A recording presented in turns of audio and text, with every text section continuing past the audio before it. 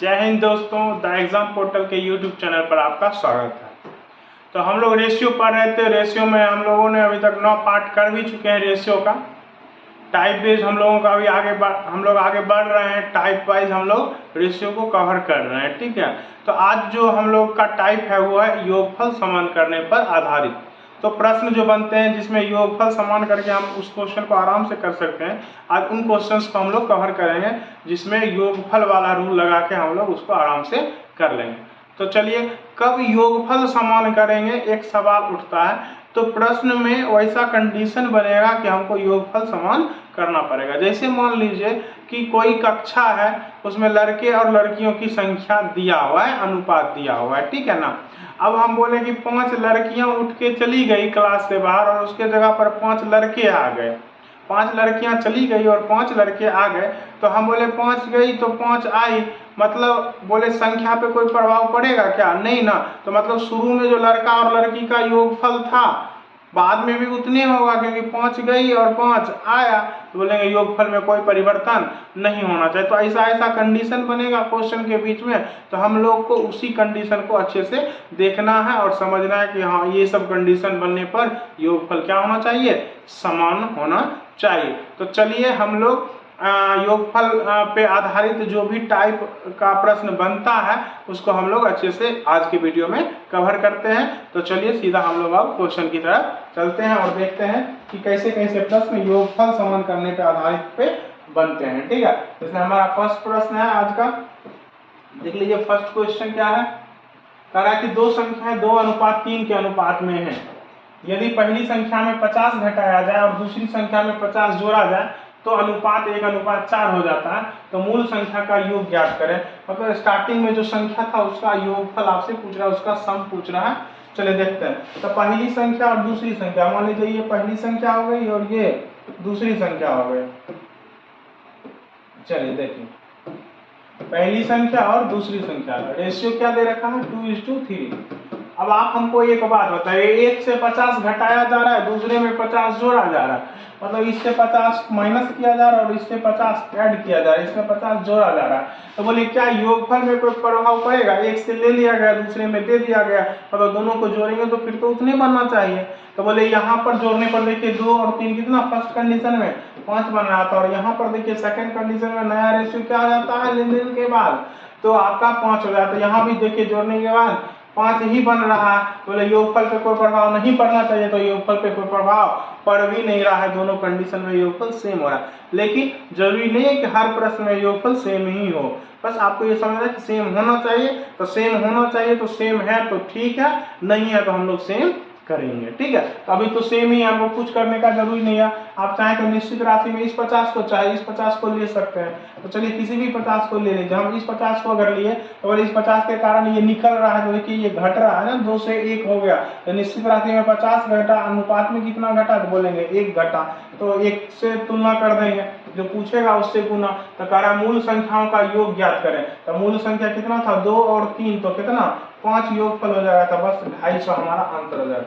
अगर आप ये 50 लीजिएगा तो इस 50 को अगर आप यहाँ लिखे हैं तो बोलिए इसके कारण बढ़ेगा ना, तो 3 से कितना हो गया? 4 हो गया। तो बोलेंगे 1 का वृद्धि, तो भी 1 ही नीचे में आएगा।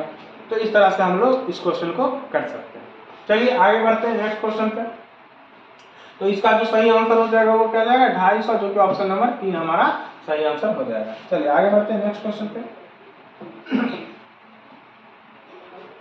कहा एक महाविद्यालय में लड़के तथा लड़कियों का की संख्या का अनुपात जो है वो 5:3 है।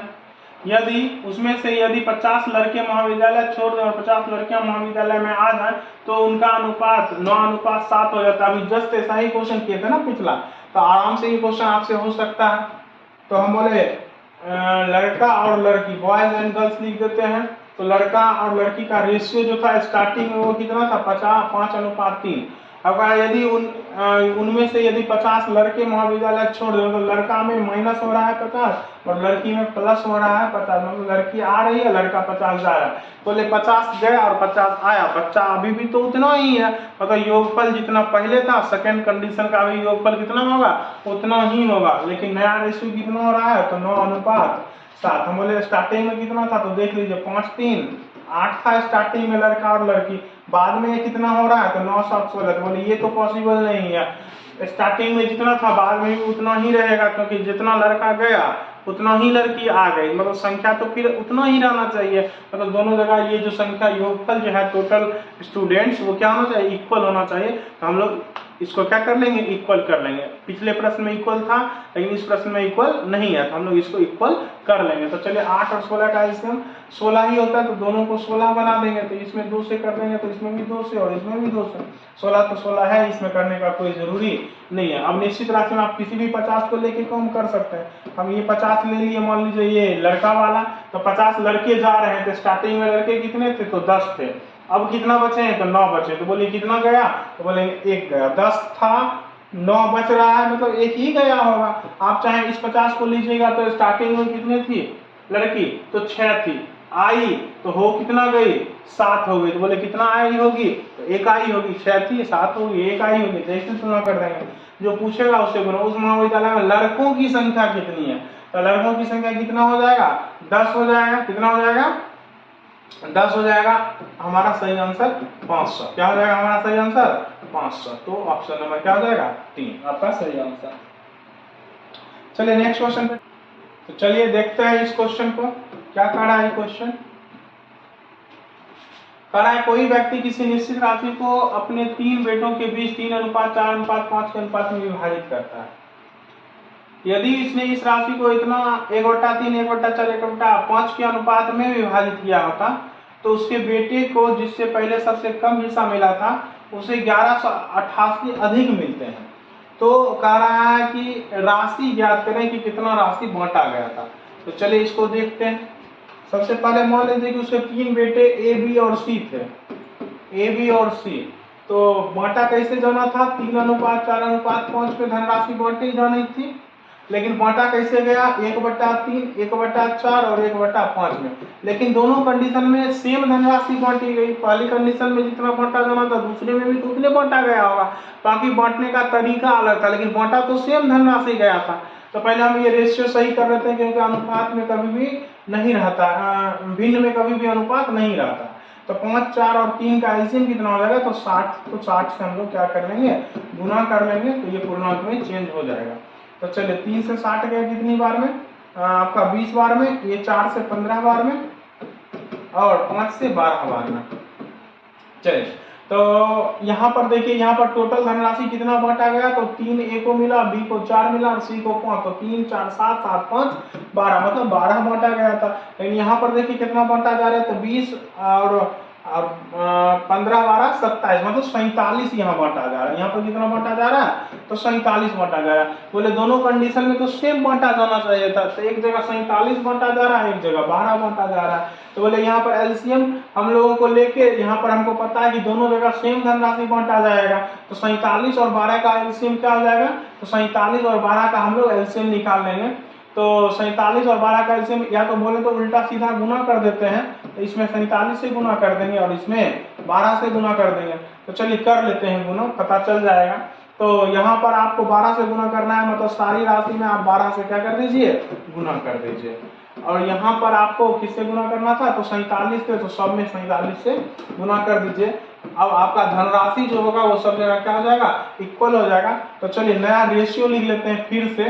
तो यहाँ पर अगर बोले तो ये 47 तिया कितना हो जाएगा, तो 7 तिया 21 का 1 4 तिया 12, 47 तिया आपका हो जाएगा 7 तिया 21 4 तिया 12 12 और फिर 2 14 141 हो जाएगा आपका, ठीक है। और फिर ये वाला हो जाएगा आपका 47 गुना 4, तो आपका हो जाएगा 7 चौक 28 4 चौका 16 और 7 चौक 28 था ना 2, 4 चौका 16 2 18, तो 118 ये 188 हो जाएगा। और ये आपका हो जाएगा 7 बचे 35 और 5 चौका 20, इसका बाकी 3 23, तो ये 235 हो रहा है। अब चलिए इस कंडीशन का जरा गुना कर लेते हैं, तो 12 320 ये हो जाएगा, 12 दूनी 24, सॉरी 240 होगा ना, 12 दूनी 24। तो इसको 240 सेकेंड कंडीशन में ए को 240 मिल रहा है, और फिर इसमें 15 गुना 12 180, तो इसको 180 मिल रहा है, और तीसरे कंडीशन में 144 मिल रहा है। अब देख लीजिए क्वेश्चन क्या कह रहा है। तो क्वेश्चन कह रहा है कि उसके उस बेटे को जिसे पहले सबसे कम हिस्सा मिला था उसे 1188 अधिक मिलते हैं। तो पहला कंडीशन में सबसे कम किसको मिला, तो ये 141 वाले को ना सबसे कम मिला था, तो उसको अब जो है सबसे ज्यादा मिल रहा है, कितना 240 मिल रहा है। तो यही चीज बोल रहा है कि निश्चित राशि में कितना ज्यादा मिल रहा है उसको, तो 1188 रुपया उसको एक्स्ट्रा मिल रहा है, ठीक है ना। तो यहाँ देख लीजिए यहाँ पर उसको कितना रुपया एक्स्ट्रा मिल रहा है जरा बता दीजिए। तो 141 और 240 सीधा मतलब आपका 141 से 240 में तो 99 रुपया उसको एक्स्ट्रा मिल रहा है। कितना एक्स्ट्रा मिल रहा है, 99। तो जो भी एक्स्ट्रा मिल रहा है उसका तुलना में एक्स्ट्रा से कर देंगे। फिर पूछ क्या रहा है, तो कह रहा है कि धनराशि ज्ञात कीजिए। तो टोटल धनराशि आपका कितना हो जाएगा, तो बोलेंगे 27 गुना 47 गुना 12 या 12 गुना 47, ये हो जाएगा आपका टोटल। तो टोटल गुना कर देंगे हम लोग 47 गुना 12 से, टोटल धनराशि हमारा 47 गुना 12 हो जाएगा। तो देखिए ये शायद 11 से कट रहा है, काटिए तो 11 से कटेगा 11 नंबर 99, ये कटेगा 11 से, 11 क्या 11, फिर 0 11 88, हाँ फिर ये 12 नंबर 108 कट रहा है 12 से, तो चलिए इसको 12 से काट देते हैं। तो आपका जो आंसर हो जाएगा वो 12 गुना 47, मतलब 144 गुना 47 आपका सही आंसर हो जाएगा। कितना, 144 गुना 47। अब इसको हम गुना करेंगे तो देखिए क्या आएगा, तो 7 चौक 28, तो 8 आएगा लास्ट डिजिट। तो 8 वाला 2 आंसर है, हम लोग इसको गुना कर लेते हैं बारी बारी से कि क्या आएगा इसका सही आंसर। तो 144 गुना 47 हम लोग कर लेते हैं। तो चलिए 7 चौक 28, फिर 7 चौक 28 2 30, 7 इकाई 7, और फिर आपका कितना हो जाएगा इसका 3, तो 10, फिर इधर से हो जाएगा आपका 4 चौका 16, 4 चौका 16 1 17, 4 इकाई 4, और इसका बाकी कितना था 1, तो 5। अब जोड़ दीजिए इसको 8, ये 6, ये 7 और ये 6, 6 7 6 8, 6 7 6 8, जो कि ऑप्शन नंबर आपका क्या है 1 है, यही हमारा सही आंसर हो जाएगा। तो थोड़ा सा इस क्वेश्चन में क्या है कैलकुलेशन था, तो कैलकुलेशन में आपको टाइम लगेगा, तो इसके लिए आप अच्छे से गुना भाग एलसीएम एचसीएफ इस सब का, तो हम कॉन्सेप्ट क्लास में जो पहला इंट्रोडक्शन वीडियो था उसमें हम बताए थे कि ये सब आपका बेसिक कैलकुलेशन का पार्ट होता है। इसको आप मजबूत कीजिए, जितना मजबूत रहेगा उतना फास्ट कैलकुलेशन आपका होगा। तो चलिए नेक्स्ट क्वेश्चन पे हम लोग चलते हैं। तो आप इस तरह से आराम से इस क्वेश्चन को कर सकते हैं। चलिए नेक्स्ट क्वेश्चन है हम लोगों का कि ए और बी सोने तथा तांबे के 2 मिश्र धातु हैं जो धातुओं को क्रमशः 7:2 और 7:11 के अनुपात में मिश्रित करके बनाए गए हैं। यदि एक तीसरा मिश्र धातु सी बनाने के लिए उन मिश्र धातुओं की बराबर मात्राएं पिघलाई जाए तो सी में सोने तथा तांबे का अनुपात क्या होगा। तो ए और बी 2 मिश्र धातु हैं, ए और बी 2 मिश्र धातु हैं जिसमें सोना और तांबा में है, जिसमें सोना है और क्या है तांबा है। तो ए में रेशियो क्या दे रखा है और बी में रेशियो क्या दे रखा है। तो ए का रेशियो दे रखा है सोना और तांबा का कितना 7:2 और बी में सोना और तांबा का रेशियो 7:11 दे रखा है। और अब इस दोनों को मिलाया जाना है, ठीक है ना, दोनों को मिलाया जाना है। तो जो मिलाने के बाद नया धातु बनेगा उसमें रेशियो क्या होगा ये बताना है।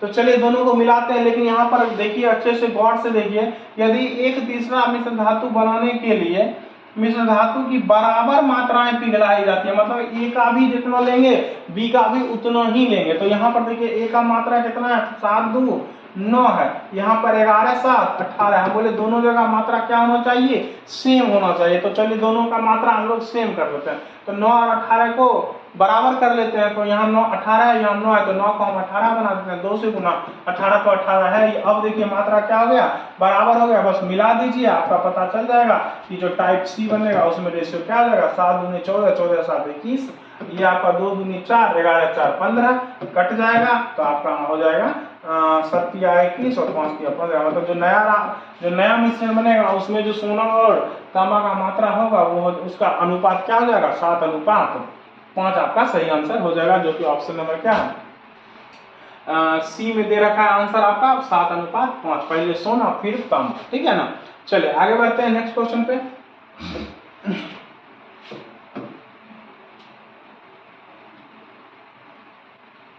देखिए इस क्वेश्चन में क्या कह रहा है, मिश्र धातु ए में तांबा और जस्ता की मात्रा 4:3 के अनुपात में है तथा मिश्र धातु बी में तांबा और जस्ता की मात्रा 5:2 के अनुपात में है। एक नई मिश्र धातु बनाने के लिए ए और बी को 5:6 के अनुपात में लेकर मिलाया जाता है। तो इस मिश्र धातु में जस्ता का प्रतिशत निम्नलिखित में से किसके समान होगा या निकटतम होगा, ठीक है ना, किसके निकटतम होगा ये बताना है। तो बस वही वैसे ही करना है आपको। किसका किसका दे रखा है, जस्ता और तांबा, तांबा और जस्ता। तो तांबा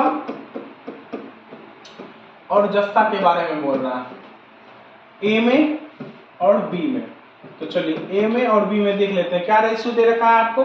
4:3 का रेशियो दे रखा है, इसमें 5:2 का दे रखा है, ठीक है ना। लेकिन कहा है कि ए का 5 मात्रा लेना है और बी का 6 मात्रा लेना है। 5:6 में लेना है, ए और बी को 5:6 में, मतलब ए को 5 और बी को 6 ही लेना है। रेशियो हमेशा वैसा ही रहना चाहिए, 5:6 में आपको लेना है। तो बोले कहने का मतलब कि ए का 5 लेना है और बी का 6 लेना है। तो बोले पहले देख लेते हैं कि ए का यहाँ कितना हो रहा है। तो ए का यहाँ पर आपका हो रहा है 4, 3, 7 और यहाँ पर ए का मात्रा, बी का मात्रा कितना हो रहा है 5, 2, 7। तो बोले यहाँ पर तो दोनों बराबर बराबर है, लेकिन हमको लेना है 5:6 के रेशियो में। तो हम क्या किए, हम बोले अगर इसमें हम 5 से गुना कर दें और इसमें 6 से गुना कर दें, ये तो अभी 7:7 है बोलेंगे तो बराबर बराबर है, तो 1:1 है। अब इसको हम 5 से गुना कर देंगे पहले वाले को तो वो 5 बन जाएगा और दूसरे वाले को 6 से गुना कर देंगे तो वो 6 बन जाएगा। तब दोनों का रेशियो क्या आ जाएगा, 5:6 में आ जाएगा। तो चलिए इसमें 5 से गुना हो गया था और इसमें आपका 6 से गुना हो गया था ना। अब ये रेशियो बन गया कितना, 5:6 में, मतलब ए का मात्रा 5 और बी का मात्रा 6 हो गया। बस अब मिला देना है, आपका सही आंसर आ जाएगा। 5 × 20, ये 6 × 5 = 30, तो 30, 20, 50 हो जाएगा। फिर ये आपका 5 × 15, ये 6 × 2 = 12, तो हो जाएगा 27 हो जाएगा। 12, 15, 27, सॉरी ये 50 हो रहा था ना, ये 30, 20, 50, यहाँ 50 लिखेंगे हम लोग। चलिए अब क्या पूछ रहा है, तो इस नई मिश्र धातु में जस्ता का प्रतिशत आपको बताना है। किसका प्रतिशत बताना है, जस्ता का।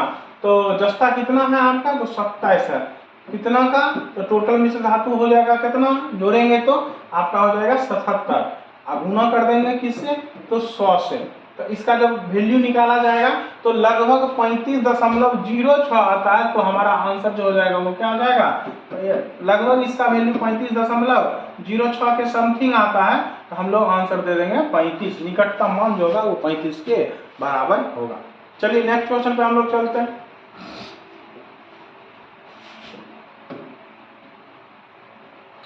कह रहा है समान क्षमता के 2 कंटेनर हैं। पहले में दूध और पानी का अनुपात 3:1 है और दूसरे में 5:2 है। यदि उन्हें मिला दिया जाए तो मिश्रण में दूध और पानी का अनुपात कितना हो जाएगा। चलिए देखते हैं इस क्वेश्चन को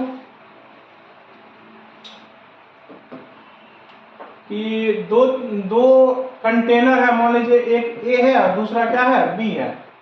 एक ए है और दूसरा क्या है, बी है। और उसमें क्या क्या है कंटेनर में, तो दूध और पानी, दूध और पानी ए में और बी में। ए में कितना है आपका 3:1, बी में कितना है आपका तो 5:2। अब देखिए आगे बढ़ते हैं।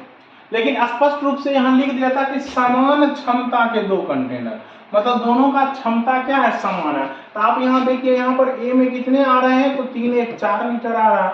बी में कितना आ रहा है, तो 5 × 2 = 7 लीटर आ रहा है। हम बोले दोनों का क्षमता तो समान है, दोनों का क्षमता क्या होना चाहिए, समान होना चाहिए। क्वेश्चन में स्पष्ट रूप से लिख रहा है। तो हम लोग यहाँ पर क्षमता समान कर लेंगे। तो क्षमता समान करने के लिए क्या कीजिएगा, दोनों जगह यहाँ पर वैल्यू सेम होना चाहिए। तो कैसे समान करेंगे, तो बोलेंगे इसमें 7 से गुना कर देंगे, इसमें 4 से गुना कर देंगे, एलसीएम के बराबर पहुंचा देंगे। तो देखिए दोनों का क्षमता समान हो गया ना। ये भी 28, ये भी 28, बस कर देना है काम। अब देखिए इसमें 4 से करना था ना, हाँ इसमें 4 से कर देंगे। अब बस हो गया, दोनों को मिला दीजिए। तो ये मिला देंगे, ये 7 × 21 हो गया, ये 5 × 2 = 20 हो गया। तो 20 × 21 कितना हो जाएगा, 41 हो जाएगा। ये 7 × 1 = 7, 7 × 2 = 14, 14 और 7 कितना हो जाएगा, 21 हो जाएगा। तो 41:21, 41:21। एक सेकेंड, गड़बड़ रेशियो सही लिखे हैं ना, 5:2, ये सॉरी 4 × 2 = 8 होगा ना, हाँ ये 4 × 2 = 8 होगा, ये 7 × 1 = 7, 8 सब कितना हो जाएगा, 15 हो जाएगा। 41:15 हमारा सही आंसर होगा, जो कि ऑप्शन नंबर क्या है, डी में आपको दे रखा है आंसर। 41:15 हमारा सही आंसर हो जाएगा। नेक्स्ट क्वेश्चन देख लीजिए। कहा है 20 लीटर और 36 लीटर के दो मिश्रणों में स्पिरिट और जल का अनुपात 3:7 है और 7:5 है। दोनों मिश्रणों को इकट्ठा मिला दिया गया है। नए मिश्रण में स्पिरिट और जल का अनुपात कितना होगा ये पूछ रहा है। चलिए देख लीजिए। कह रहा है मान लीजिए दो प्रकार का मिश्रण है जिसमें क्या क्या है आपका, तो स्पिरिट है और जल है, और क्या है, जल है। स्पिरिट और जल,